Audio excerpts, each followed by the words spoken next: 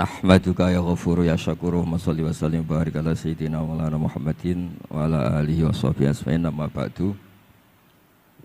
Ini alhamdulillah kalau sakit bayar utang ini sama Habib Jinten karena beliau pernah rawuh di mbah saya di Fakhriyah. Terus dulu 3 tahun yang lalu kalau nggak salah beliau rawuh di Pondok Fakhriyah itu milik mbahnya Ki Hamid Pasuruan, juga masih mbah saya Ki Abdullah bin Umar. Mbah saya namanya Fatimah binti Idrus bin Umar. Masih ingat saya ketika itu beliau menyebut satu ayat wattaba'tu millata abai. Ini kata beliau Ustadz Mansur, umumnya orang tuh ingat kehormatan bapak-bapaknya yang keren-keren. Tapi kata Habib Jinten, baca wattaba'tu yang penting tuh ikutnya, bukan bapaknya. Saya masih ingat. Terus Gus-Gus diem semua. Sadar kalau dimarahin Habib Jinten. Jadi ya Gus-Gus diluk semua. Tak tanya kenapa diluk. Ini orang dari Jakarta kok marah Gus. Ya itu unik, itu cara istidlal guru-guru kita. Jadi kalau wattaba'tu millata abai, kata beliau rohnya itu di wattaba'tu itu. Ittiba awal cuma istakhir badai. Ittiba awalan baru bangga dengan bapak-bapaknya. Jangan bangga dulu enggak ittiba gitu loh. Jadi alim dulu baru bangga Habib Jinten. Jangan bangga muridnya Habib Jinten ndak alim-alim. Gitu Beb.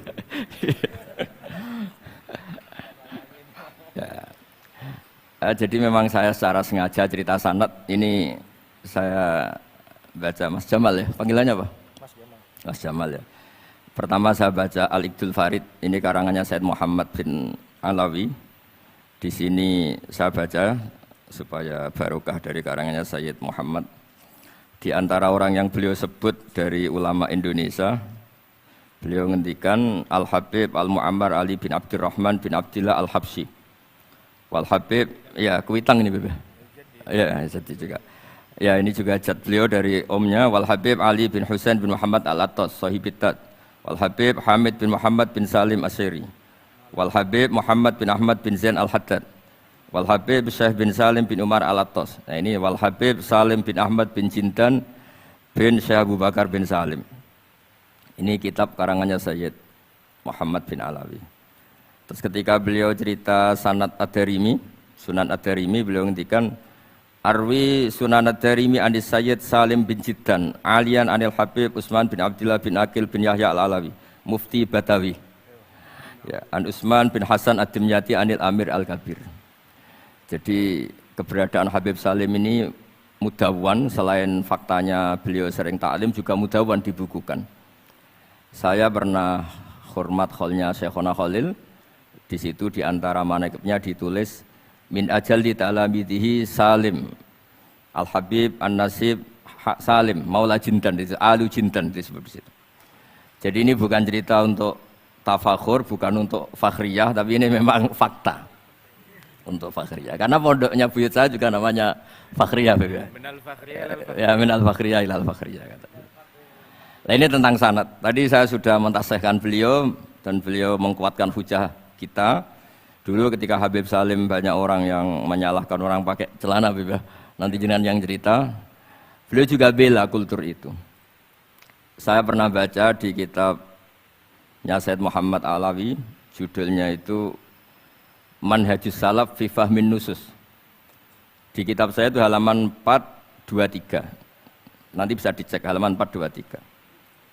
Di situ ada kata-kata wa kanat sunnatu Rasulillah sallallahu alaihi wasallam annahu yat'amu ma yajiduhu fi ardi wa yalbasu ma yajiduhu wa yarkabu ma yajiduhu mimma abahahu wa ta'ala. Terus beliau cerita, siapapun yang makan faman at'ama ma yajiduhu fi ardi fa huwa al-muttabi' lis-sunnah. Kama annahu hajjal baita min madinati nafsi. Faman hajjal baita min madinati nafsi fa huwa al-muttabi' lis-sunnah.